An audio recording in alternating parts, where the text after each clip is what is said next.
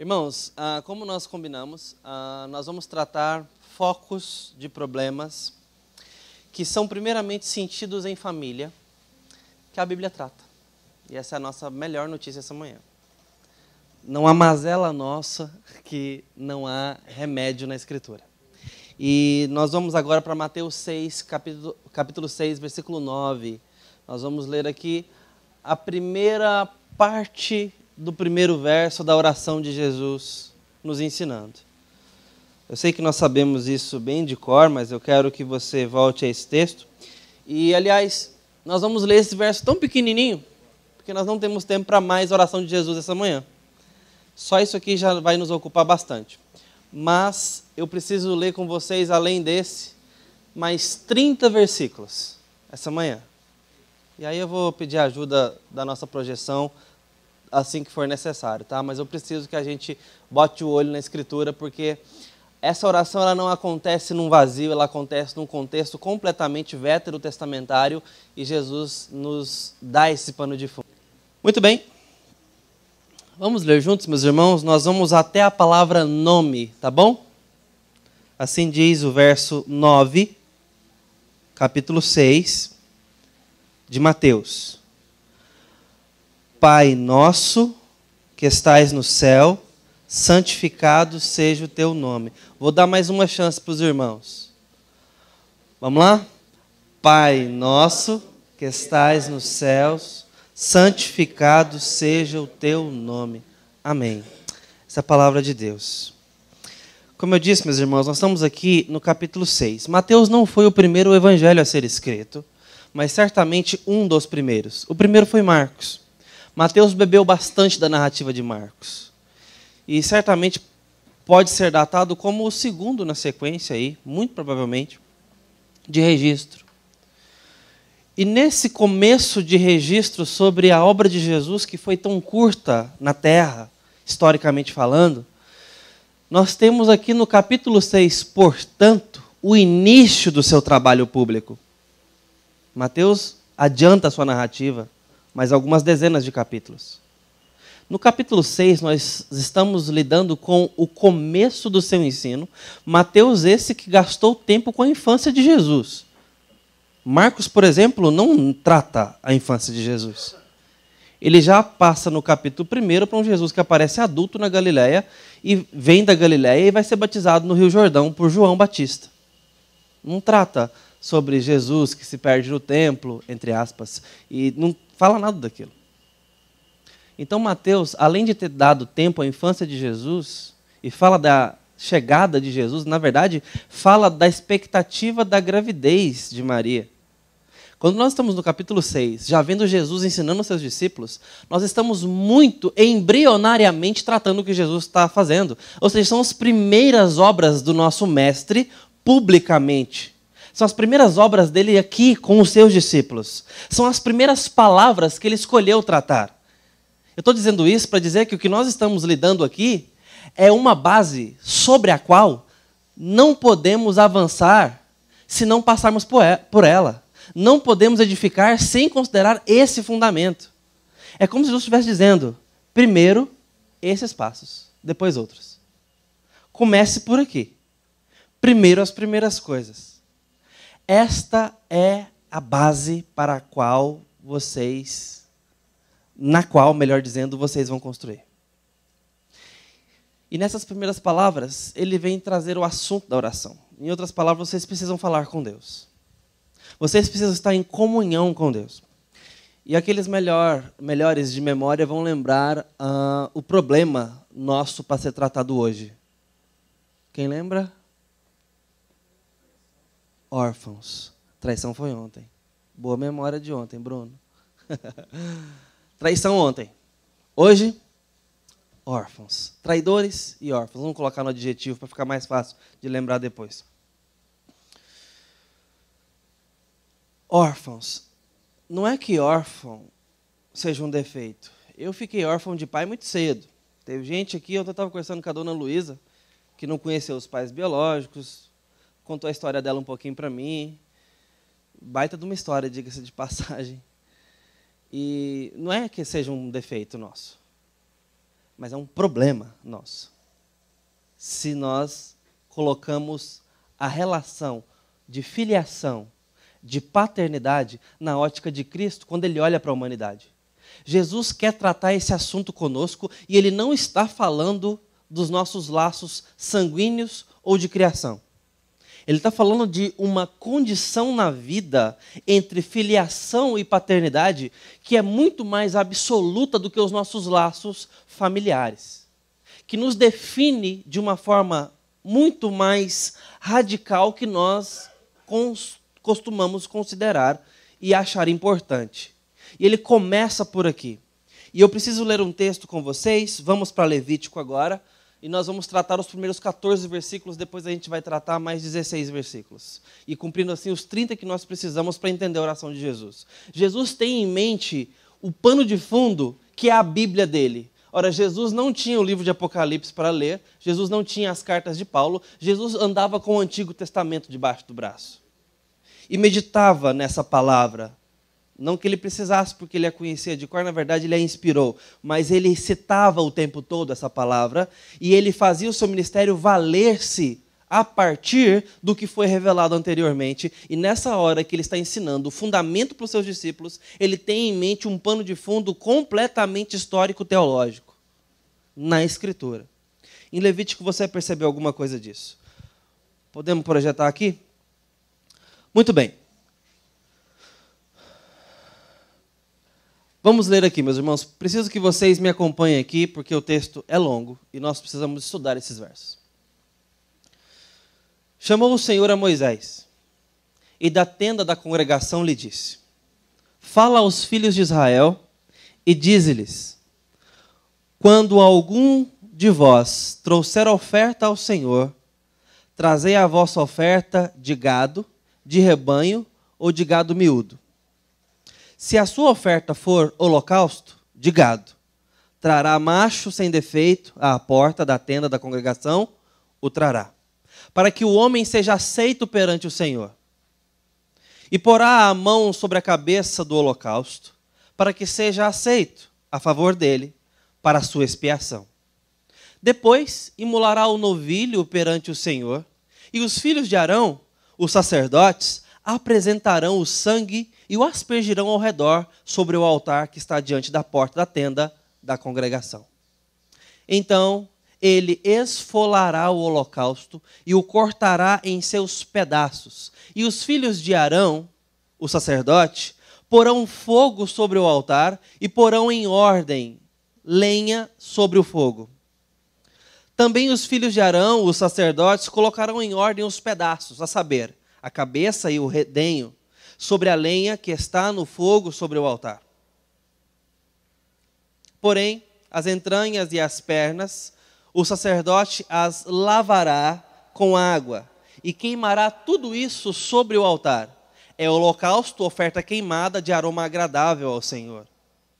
Se a sua oferta for de gado miúdo, de carneiro ou de cabritos, para holocausto trará macho sem defeito. E o imolará ao lado do altar, para o lado norte perante o Senhor, e os filhos de Arão, o sacerdote, aspergirão o seu sangue em redor sobre o altar.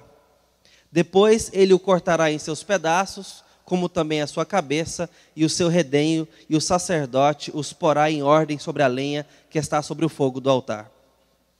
Porém, as entranhas e as pernas serão lavadas com água, e o sacerdote oferecerá tudo isso e o queimará sobre o altar.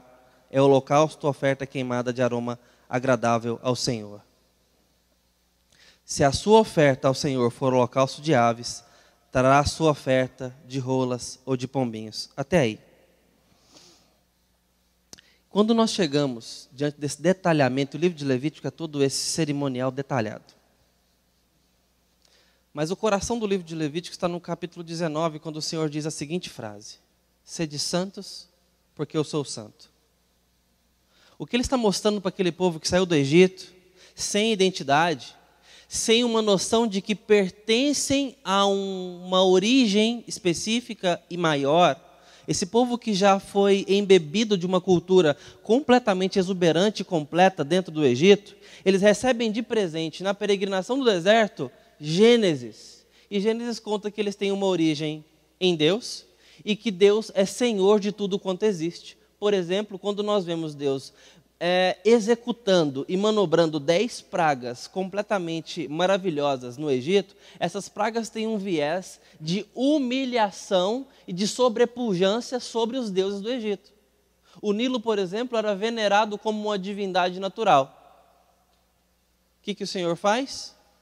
Polui o Nilo. A verdade é essa. Torna ele morto. O gado e a agricultura egípcia eram motivos de orgulho nacional e também tinham um viés de adoração para a deusa da agricultura, que vai inspirar, por exemplo, a deusa Céres futuramente no tempo grego.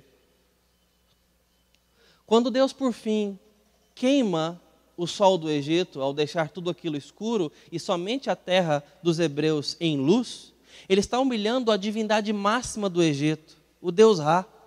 Corpo de homem, cabeça de águia e o sol na cabeça. É como se Deus tivesse molhado as pontas do dedo e feito assim, ó, na vela, do maior Deus do Egito. E quando ele tira a vida dos primogênitos, ele está falando, vocês na sua exuberância, na sua glória, na sua longevidade. Gente, um parêntese.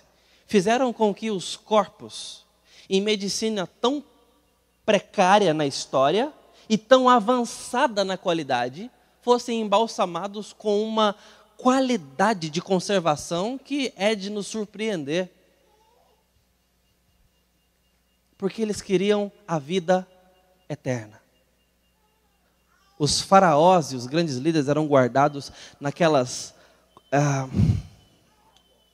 sarcófagos de ouro, para que a vida fosse continuada e o corpo fosse mantido intacto o máximo possível.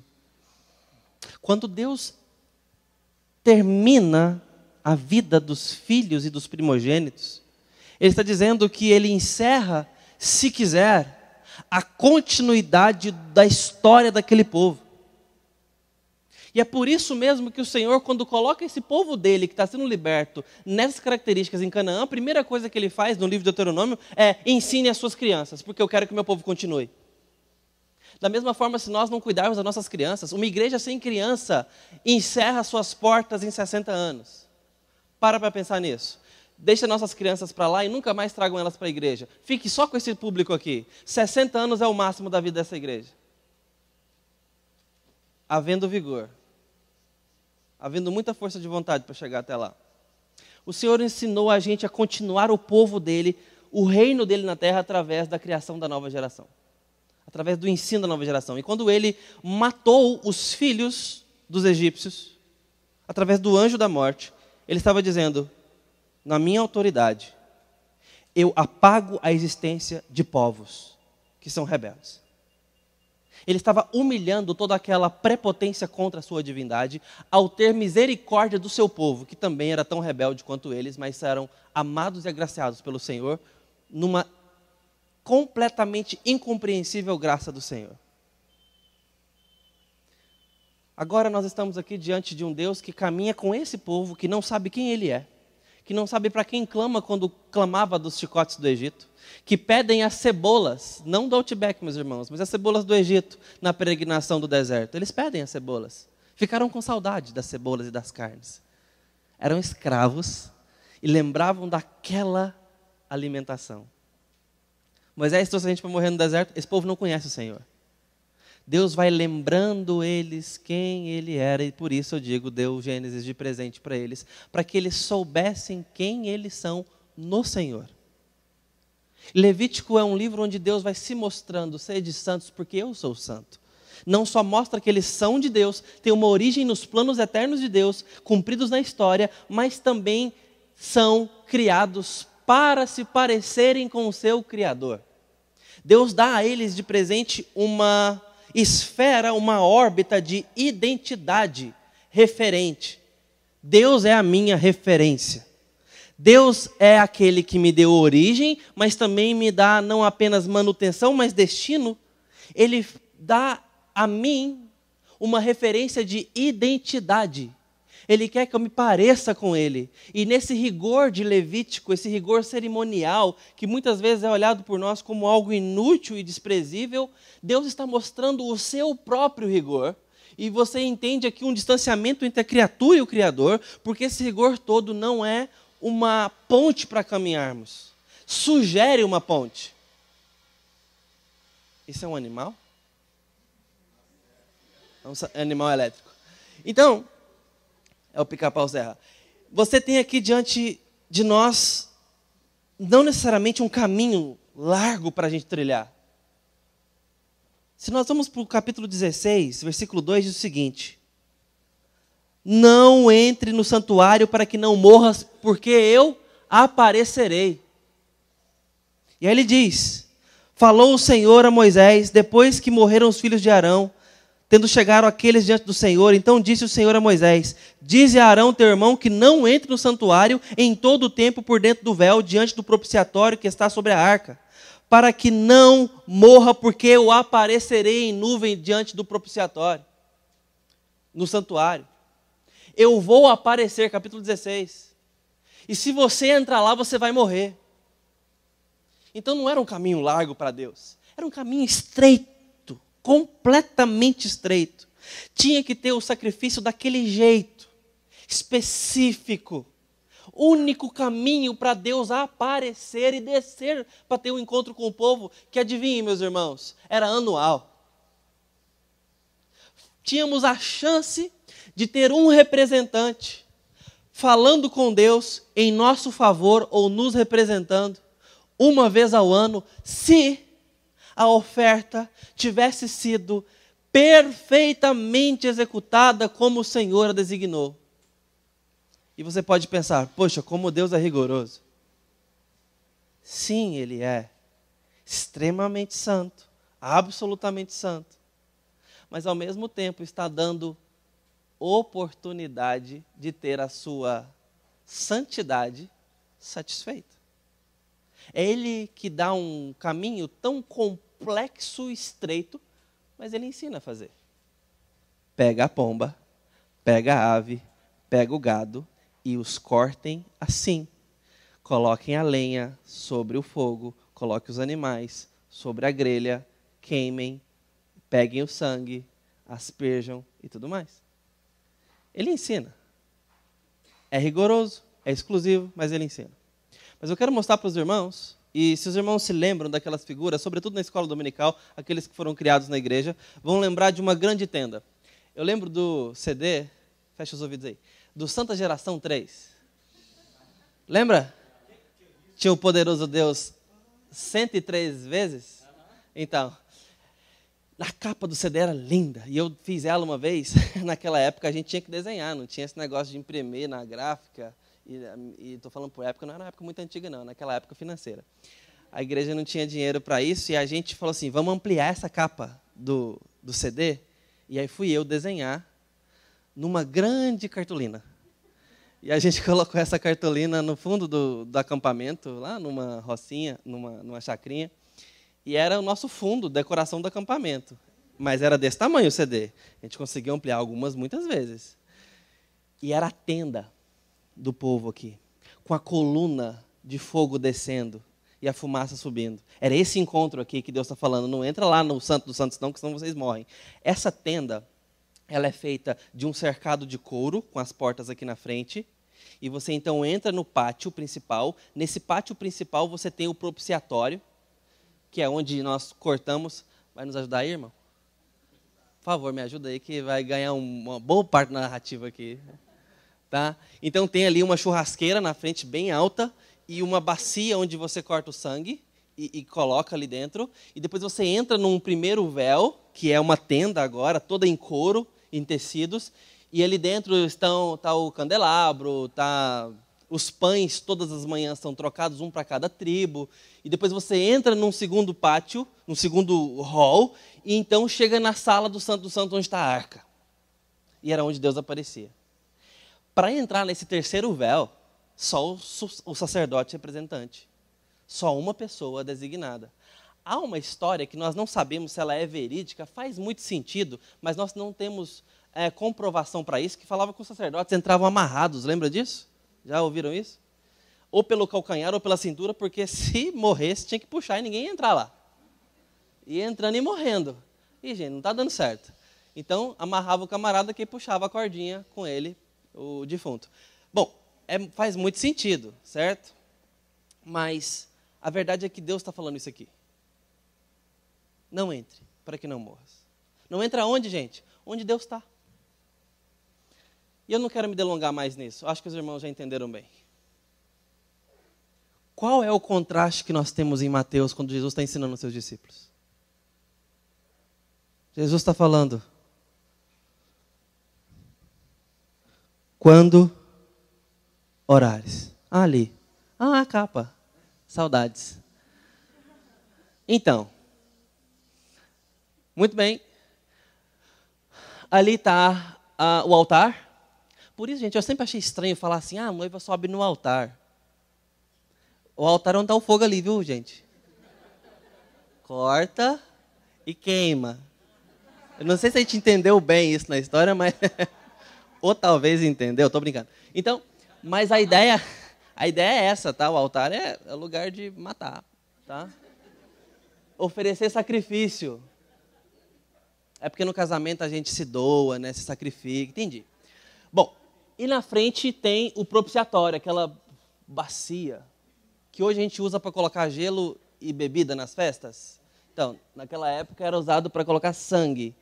E ali as três salas, todas elas com véu, tá? O véu mesmo era um tecido.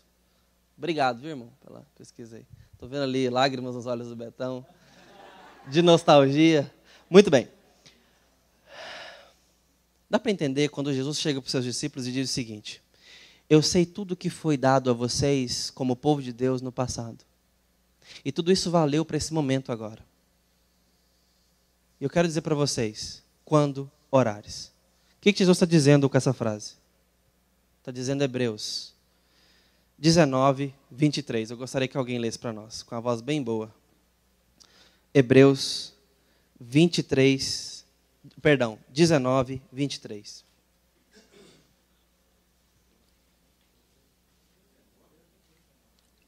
Não? É 16 então.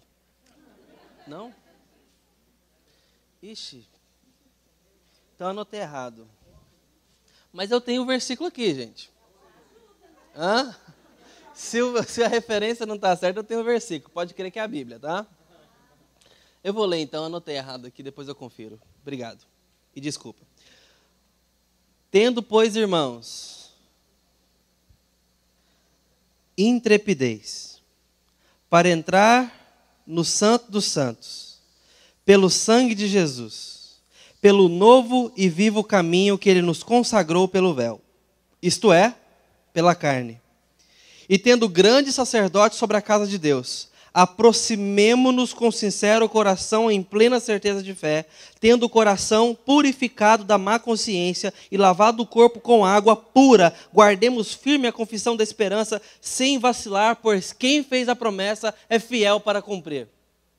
Jesus pega toda a razão histórica do tabernáculo e faz com que ela se cumpra nele, dando razão para que ela nos dê oportunidade agora.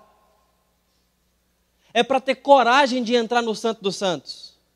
Porque o véu foi rasgado na carne dele, para que nós pudéssemos entrar ali com um sumo sacerdote nos representando com segurança.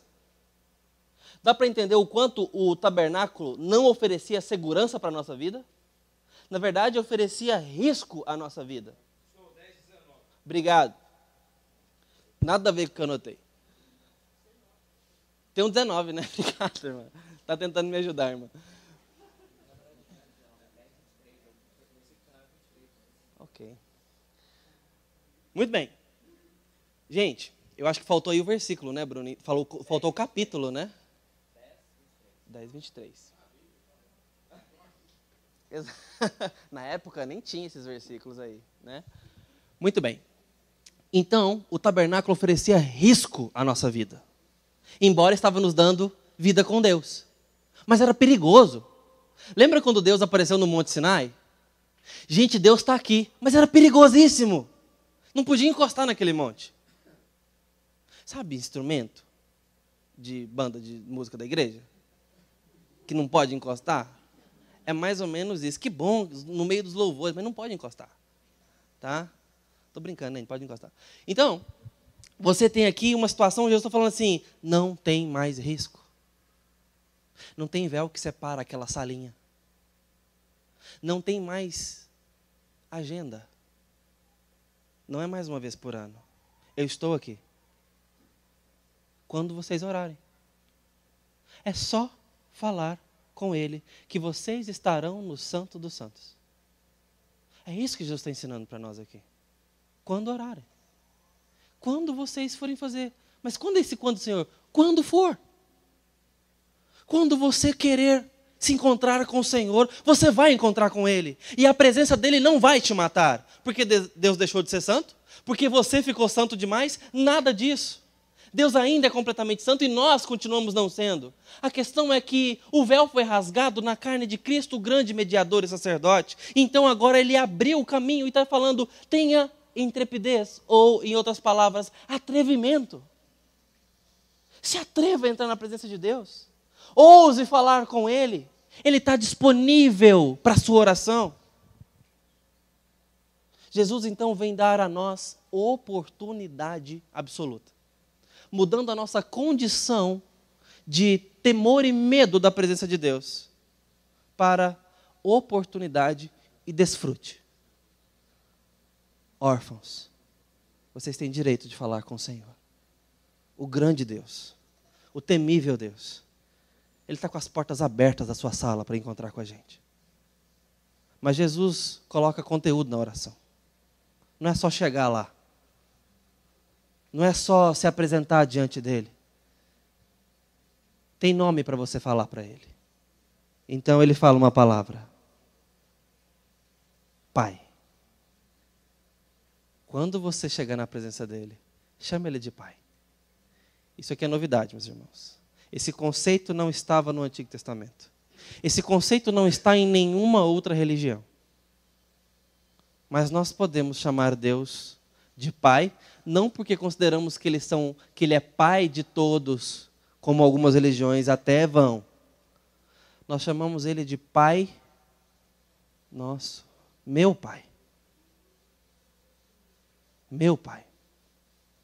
E isso é muito estranho, porque aquele terrível leão da tribo de Judá está se colocando na figura paterna para falar comigo.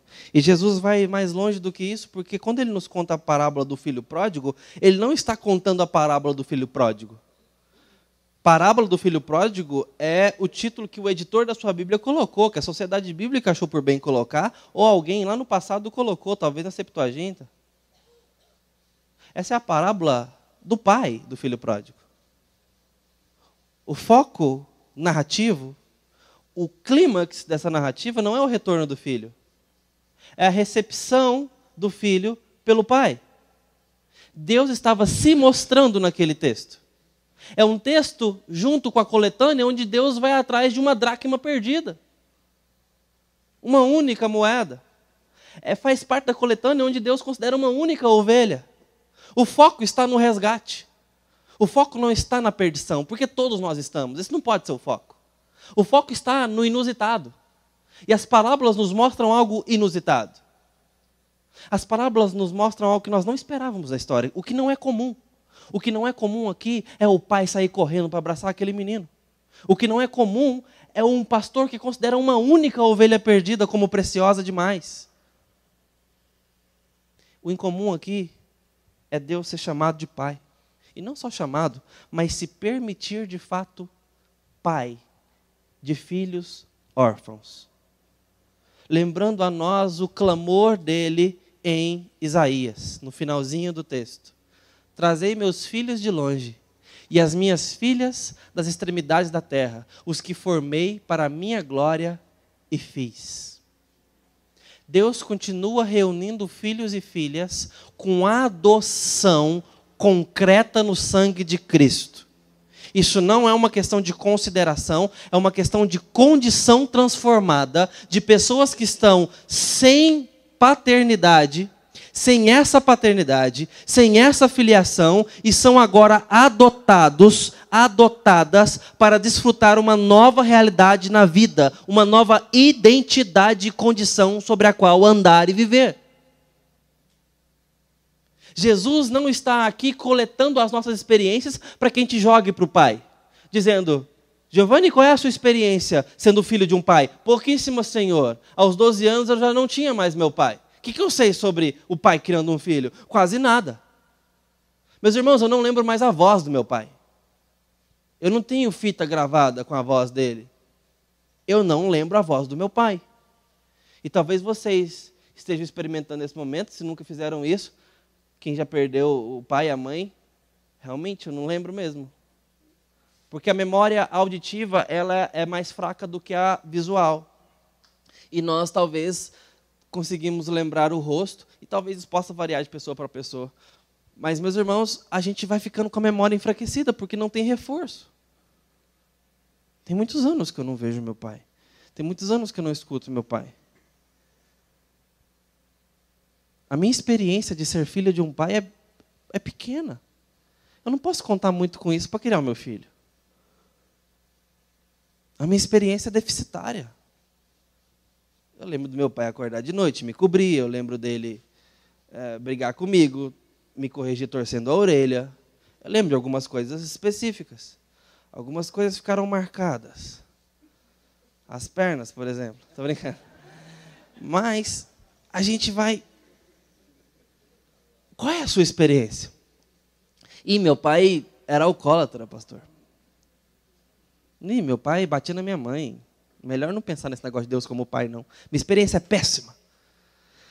Não, eu tenho uma ótima experiência. Meu pai está aqui até hoje. Líder da igreja, um homem de Deus. A filha do Russell Shedd falou uma frase que ficou emblemática e muito conhecida. Falou assim: olha, eu só acredito que meu pai peca porque a Bíblia fala. E, de fato, aquele velhinho viveu uma vida abençoada na presença de Deus. Meus irmãos, esquece a sua experiência. Jesus não está pedindo nossa experiência. Muito pelo contrário. Ele está vindo jogar sobre nós a experiência dele. Eu quero que vocês desfrutem do meu pai como eu desfruto. Eu quero que vocês falem com ele como eu falo. Eu quero que ele seja pai de vocês como ele é meu pai. Jesus não veio contar com a nossa experiência para avaliarmos o relacionamento com o Pai. Ele veio trazer a experiência dele para que nós tenhamos relacionamento com o Pai. Dá para entender a diferença? Jesus veio tratar órfãos. Porque sem a intervenção dele, Jesus, nós não somos filhos de Deus. Nós não nascemos filhos de Deus. Nós temos que ser adotados em Cristo Jesus. E Jesus veio fazer isso. Ele veio fazer filhos e filhas que não eram. Ele veio fazer o não meu povo ser meu povo, como diz o livro de Oséias. Ele veio chamar pessoas a chamá-lo de pai. Ele está te dando uma condição de vida. Tá, pastor, eu já sabia disso, eu sei disso. A questão não é se nós sabemos. A questão é se a gente está andando no mundo como quem tem pai. Se nós estamos andando nas nossas escolhas como quem tem pai no mundo, como quem tem para quem prestar contas, como quem tem para quem pedir bênção, como quem tem a quem respeitar, obedecer, ser protegido. E disso eu ainda lembro, meu pai pegava na minha mão para atravessar as ruas de Goiânia, na semana do recebimento do salário, ele me levava à loja de R$1,99 e eu comprava 5 bonecos, porque ele me dava R$10. E era só coisa boa, ou pelo menos eu achava. E ele passava o dedinho assim, ó, no meu punho. Eu não gostava que ele fazia aquilo, mas era a forma dele me travar, para eu não sair correndo. Eu lembro dessa cena. E meus irmãos, talvez eu tivesse medo da rua. Mas naquela hora, porque na minha cabeça, aos 8 anos de idade, meu pai tinha o poder de parar os carros. Porque toda vez que ele ia para a rua, Os carros estavam todos parados, em fila para ele passar.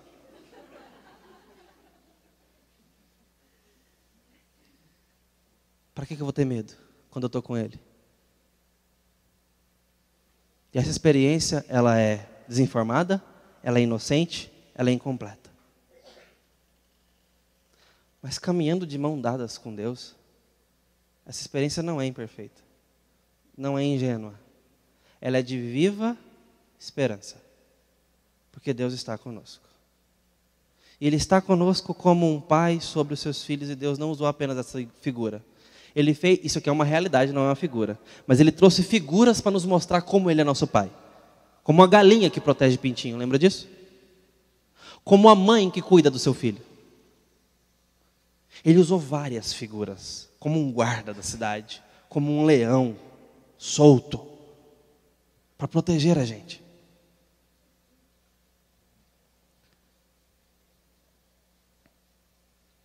E Ele então nos traz mais uma palavra. Se por um lado Ele nos permite chamá-lo de Pai, e chegar assim diante dEle, não é apenas Pai, é Pai nosso. Se Ele me chama individualmente como filho e filha, Ele não me chama individualisticamente para se apresentar diante dEle, para me apresentar diante dEle. Eu não posso cometer o pecado de Caim. Qual é o pecado de Caim? Fala, Índio. Tiago, qual foi o pecado de Caim? Pode chutar. Vou te dar um brinde.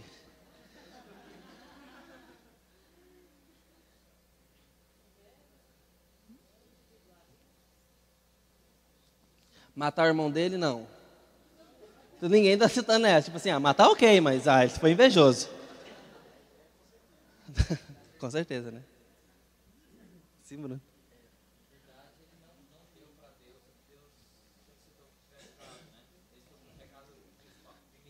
Ok, depois veio outro, como por exemplo, tacar uma pedra na cabeça do irmão, né?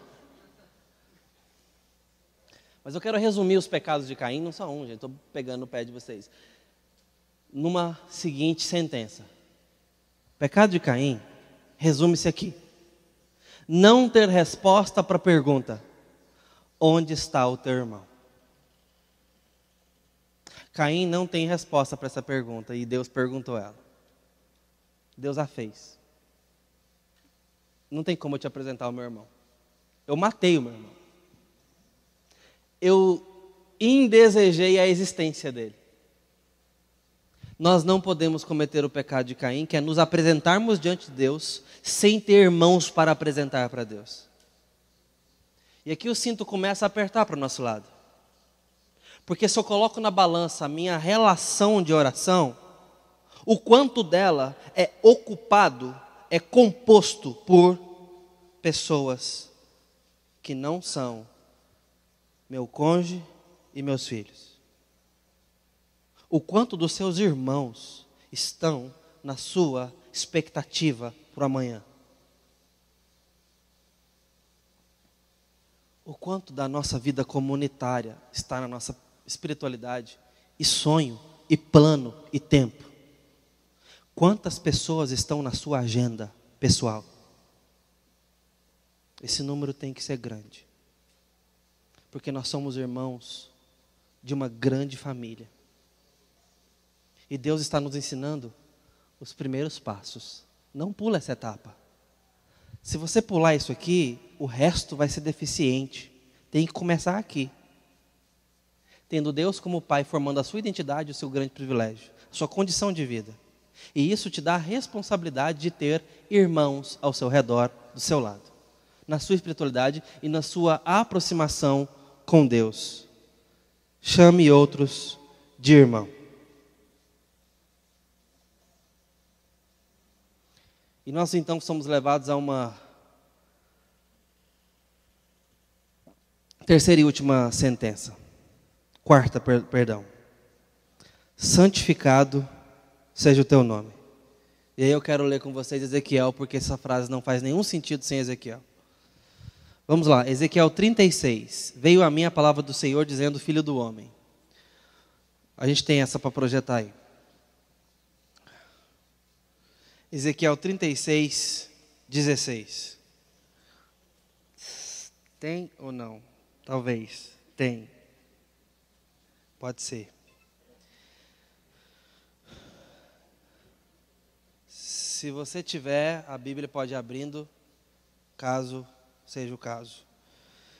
Ezequiel 36, 16. Espero que... Ok. E nem é muito longe daqui para aqui, daí para aqui. Veio a mim a palavra do Senhor, dizendo: Filho do homem, quando os da casa de Israel habitavam na sua terra, eles a contaminaram com os seus caminhos e suas ações. Como a imundícia de uma mulher em sua menstruação, tal era o seu caminho perante mim. Derramei, pois, o meu furor sobre eles por causa do sangue que derramaram sobre a terra e por causa dos seus ídolos com que a contaminaram. Deus está falando dos filhos dele, do povo dele, tá? Continuando. Espalhei-os entre as nações e foram derramados pelas terras, segundo os seus caminhos, segundo os seus feitos, eu os julguei. Em chegando às terras, as nações para onde foram, obrigado, profanaram o meu santo nome, pois dele se dizia: são estes o povo do Senhor, porém tiveram de sair da terra dele. Mas, preste atenção nessa frase. Tive compaixão do meu santo nome que a casa de Israel profanou entre as nações para onde foi. Disse, portanto, a casa de Israel: assim diz o Senhor Deus: não é por amor de vós que eu faço isso, ó casa de Israel, mas pelo meu santo nome que profanaste entre as nações para onde fostes. Vindicarei a santidade do meu grande nome que foi profanado entre as nações, o qual profanastes no meio dela. As nações saberão que eu sou o Senhor, diz o Senhor Deus, quando eu vindicar a santidade, a minha santidade perante elas. Como é que Deus vai fazer isso? Tomar-vos-ei de entre as nações e vos congregarei de todos os países e vos trarei para a vossa terra. Então aspergirei água pura sobre vós e ficareis purificados. De todas as vossas imundícias e de todos os vossos ídolos vos purificarei. Dar-vos-ei coração novo e porei dentro de vós espírito novo. Tirarei de vós coração de pedra e vos darei coração de carne. Porei dentro de vós o meu espírito e farei que andeis nos meus estatutos. Guardeis os meus juízos e os observeis. Habitareis na terra que eu dei a vossos pais. Vós sereis o meu povo e eu serei o vosso Deus. Livrar-vos-ei de todas as vossas imundícias. Farei vir o trigo e o multiplicarei, e não trarei fome sobre vós. Multiplicarei o fruto das árvores e a novidade do campo, para que jamais recebais o opróbrio da fome entre as nações. Santificado seja o teu nome. É para vocês pedirem isso para o Senhor, porque Deus escreveu o nome dele no seu povo. Não tem como Deus tratar o nome dele sem tratar o povo que leva o nome. Quando nós pedimos a santidade de Deus e a buscamos, nós estamos tratando com a nossa própria terra, com a nossa própria saúde. Nós estamos tratando com a nossa própria condição na vida, porque Deus atrelou o nome santo dele a pessoas como a gente. Essa é a flechada final para a nossa orfandade. Deus está nos dando uma segurança atrelada a Ele e quem Ele é. Quando nós estamos buscando em primeiro lugar o reino de Deus e a sua glória, nós estamos trazendo saúde para nós. Deus está julgando o povo que idolatrou contra Ele e profanou o nome dEle por onde foram. E Deus aplicou juízo a essa nação. E Deus está falando agora, por amor do meu nome, eu vou amar vocês. Eu vou tratar vocês, eu vou trazer vocês de volta, eu vou limpar vocês, eu vou ensinar a minha lei para vocês, eu vou te ensinar a me amar, a me obedecer, eu vou sarar a terra de vocês, eu vou multiplicar o trabalho das mãos de vocês, eu vou cuidar de todos os detalhes de vocês, porque eu amo o meu nome e o meu nome está em vocês. Jesus está dizendo: tenha um atrevimento de chegar na presença de Deus e chamá-lo de Pai. E de fato se permitir ser filha de Deus. Se permitir entender-se como filho de Deus. Lembre que você está numa família. Deus deu família para você, deu irmãos. E nessa hora o reino dele é aberto diante de nós. E vemos que tem um Deus santo. E que quando buscamos a sua santidade, nós somos felicitados. Nós somos tratados. Porque Deus atrelou ele a nós. Sede santos porque eu sou santo. A minha vontade é que onde eu esteja, estejam vocês também. Deus se encarnou para nunca mais se desencarnar, porque Ele quer viver conosco. Apocalipse 21 fala que Ele tabernaculará conosco. Ele vai fazer a morada nele no meio de nós. Novo céu e nova terra. A terra foi feita para esse corpo nosso. Jesus tem esse corpo. E é o primeiro de todos a ter o corpo glorificado, mas está nos aguardando para vivermos juntos. Permita-me a imagem. Como uma criança que espera alguém da idade dela para brincar. Jesus está esperando a gente para morar com Ele. Ele anseia por isso. Somos família dEle. Quem decidiu isso foi Ele mesmo. Com o Pai e com o Espírito. Se não entendermos a nossa condição e identidade em Deus, seremos pobres dentro de casa. Não seremos sacerdotes que devemos ser como pais de família e líderes. Não seremos as esposas, coluna e baluarte que devemos ser. Sequer mães que podem ser. Não seremos os filhos e os irmãos que podemos ser. Não seremos os profissionais, os missionários, os cidadãos, que essa identidade nos capacita para ser. Começa por aqui. Esse é o chão para a gente andar. Nos entender filhos, filhas, irmãos de um monte de gente que tem que ocupar a minha agenda pessoal, a minha espiritualidade. Vivendo diante de um Deus santo. E essa santidade vai colocar tudo no lugar. Se eu a buscar, a minha terra vai ser sarada. A Bíblia diz isso. Eu chamo vocês a orar nesse momento. Ó Deus, esteja com essa porção da tua igreja nesse lugar, nos dando uma realidade soberana, suprema, tão envolvente, de que somos de fato adotados em Cristo, para a tua glória e para a nossa própria felicidade e segurança. Ajuda a nossa casa a ser uma casa do Senhor Jesus, protegida e guardada. Ajuda a nossa terra, o chão que pisamos, nosso trabalho, profissão, nossa vocação, a ser um trabalho que te honra e prospera por buscar a tua glória e a tua santidade. Em nome de Cristo Jesus.